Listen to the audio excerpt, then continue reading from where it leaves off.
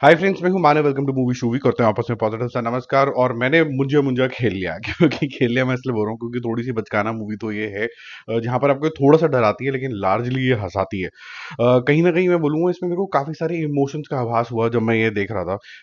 आप ये कह सकते हैं कि जैसे भूतकाला कंतारा के अंदर बहुत ही रूटेड सी कोई चीज दिखाई गई थी, कोई मान्यता दिखाई थी जिसको इंग्लिश वगैरह हम बोले तो फोल्कलोर, जिसका मान्यता तो है लेकिन क्या ये जेन्युइनली एग्जिस्ट करता है कि नहीं करता, वो एक हमेशा क्वेश्चन मार्क सा रहता है। कुछ लोग बोलेंगे नहीं, हिस्ट्री है तो हिस्ट्री की तरह मानो। नहीं, ऐसा नहीं है। क्वेश्चन मार्क तो हमेशा रहता ही रहता है। तो उसी तरीके से यहाँ पर भी कुछ मुंजा की कहानी रखी गई है। तो पहले छोटा सा प्रेमाइस और उसके बारे में फिर हम डिटेल में बात करेंगे। तो पहले तो मुंजा जो है वो कहीं ना कहीं मराठी वर्ड से निकाला गया है। दो स्टेजेस के बीच के अंदर कोई अगर इंसान का थैंक यू वेरी मच हो जाता है तो वो कहीं ना कहीं मुंजा बन जाता है और जाके एक ट्री के ऊपर अपना निवास कर लेता है। वो जो ट्री होती है वो उसका घर बन जाती है। और वो बच्चा यूजली क्यों होता है? क्योंकि वो बालक जो है वो कहीं ना कहीं जाता है स्टूडेंट लाइफ के अंदर, और अगर उसका थैंक यू वेरी मच हो गया मैरिड लाइफ से पहले पहले तो आत्मा भी जो भटकती रहती है और उसको फिर मुन्नी से शादी करनी है, इस मुन्ने को।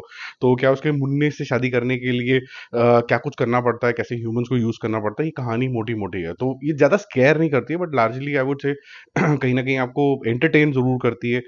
इवन जो ब्लैक मैजिक के सीन्स हैं वो कुछ हद तक आपको एक हल्का सा स्केयर क्रिएट करते हैं। और मैं बोलूँगा स्केयर से भी ज़्यादा मैं कंसर्न ज़्यादा फील कर रहा था, ना कि square, which is also okay. और कहीं ना कहीं जो मॉडलिंग है मुंजिया की, वो इस तरीके से करी गई है कि आप बच्चों को भी ल्योर करें यहाँ पर। हालांकि जो इसका सब्जेक्ट है वो इस तरीके का है कि मुंजिया भाई साहब थोड़े से दिल फेंक आशिक टाइप के, थोड़े से आप कह सकते हैं कि 18+ वाली बातें भी यहाँ पर करते हैं। जैसे कि बस का कोई सीन आएगा जिसके अंदर फर्स्ट इंट्रोडक्शन ही है और यहाँ पर जैसे ही वो एक औरत को दिखते हैं तो एक लव बाइट सी दे देते हैं, पता चलता है कि हीरो साहब के ऊपर नाम लग गया है। तो वो जो नॉटीपन है वो यहाँ पर आपको एस्टैब्लिश होता है। तो धीरे धीरे इतने नॉटीपन होने लग जाते हैं कि you start enjoying the mysterious part of Munja and you see him it as a anti hero. Because कहीं ना कहीं जो स्टोरी राइटिंग है वो इस तरीके से भी चलती है कि आपका ये जो मुंजिया है इसका बैक स्टोरी क्या है, ये क्या एक्चुअली में पीड़ित है जो भूत बन गया है, उस तरीके की यहाँ पर आपको कहीं ना कहीं चीज़ें दिखती हैं। ठीक है, बाकी अगर जो चीज़ें अगर हम स्पेसिफिकली अगर बात करें तो ये जो मेन कैरेक्टर है बिट्टू का, उसके ऊपर ये मुंजिया चढ़ जाता है और मुंजिया उसको दिखता है। किस वजह से दिखता है वो आपको मूवी के अंदर पता चलेगा, नहीं तो स्पॉइलर हो जाएगा। लोग सोचते हैं कि ये जो टेढ़ी-मेढ़ी हरकतें कर रहा है ये साला ड्रग्स पीता है लेकिन जो इसका कॉन्फिडेंट है वो उसकी हेल्प करना चाहता है। हालांकि उसको कुछ पता नहीं चल रहा कि हो क्या रहा है। वो सरदार जी का कैरेक्टर बहुत ही अच्छा है। साथ साथ में जो उसका एक और कह सकते हैं कि सपोर्ट फंक्शन है वो उसकी मॉम है, और वो काफ़ी अच्छे तरीके से उसको सपोर्ट करने की कोशिश करती हैं।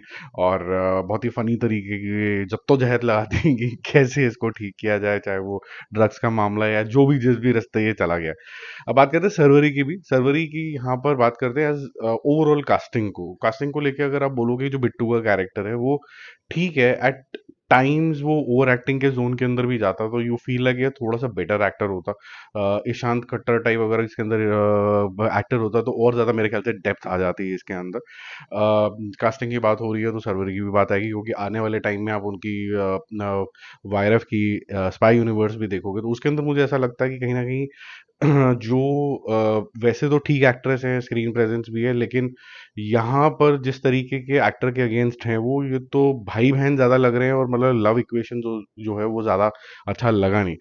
तो अब कास्टिंग की बात हो रही है तो फिर आपको ये मुंजिया की भी बात करनी पड़ेगी, जो कि बहुत हद तक आपको और डेफिनेटली लगता है कि थोड़ा ग्लोइंग नेचर के हैं लॉर्ड ऑफ द रिंग्स की तरह। तो वो भी एक फैक्टर है। ये किस तरीके की यूनिवर्स से आ रही है, तो वो आपको पता है मैडॉक के ये हॉरर यूनिवर्स से ये आ रही है। तो मैं ये बोलूंगा कि ये अल्टीमेटली आपको जिस जोन के अंदर जाना है मूवी देखने की, कि एक रेयर सा भूत है जो थोड़ा हॉर्नी टाइप सा है और कुछ रैंडम हरकतें करता रहता है, जो आपको कहीं ना कहीं जो टीनेजर्स है ना वो काफ़ी इंजॉय करेंगे, क्योंकि ये काफ़ी रैंडम तरीके की हरकतें करता है और जो जोक्स हैं most of the time they will land right. अब इस मूवी की थोड़ी कमियों की बात कर लेते हैं। सी क्या है कि जब कभी भी आप कोई भूत बताते हैं तो आपको बहुत ज़्यादा एक इमोशन इवोक करना पड़ता है कि यार आप भूत के बारे में भी सोचो, और अगर भूत के बारे में सोचोगे जैसे स्त्री के अंदर था कि वो स्त्री स्त्री क्यों बनी थी, लेकिन एट द सेम टाइम डर भी लगता है। इट्स ऑलमोस्ट सेम लाइक कि आप अपने घर परिवार वालों के साथ तो बहुत प्यार करते हो, लेकिन अगर वो भाई साहब का थैंक यू वेरी मच हो जाए किसी का ना हो और वो वापस एकदम प्रकट हो जाए, तो मतलब आपके तोते उड़ जाएंगे, बोलेंगे भूत आ गया भूत आ गया, वो फिर वो आपका फैमिली मेंबर नहीं रहता है। मच लाइक दिस यहाँ पर भी जो ये स्केयर का जो बैलेंस बनाना था, और जो ये बैलेंस बनाना था कि सेंटिमेंट्स भी आपके उसकी तरफ जाएं, ये आई थिंक बैलेंस थोड़ा सा हिलता हुआ चला गया, और ये सिर्फ फन जोन जोन जोन के अंदर ही मूवी थोड़ा सा लार्जली खत्म हो जाती है। बट गुड टू सी के लिंकेजेस कैसे बनाएंगे। मेरा movie shoovy score for the fun watch, not to be taken very very seriously, is 3 stars out of 5। Bye bye.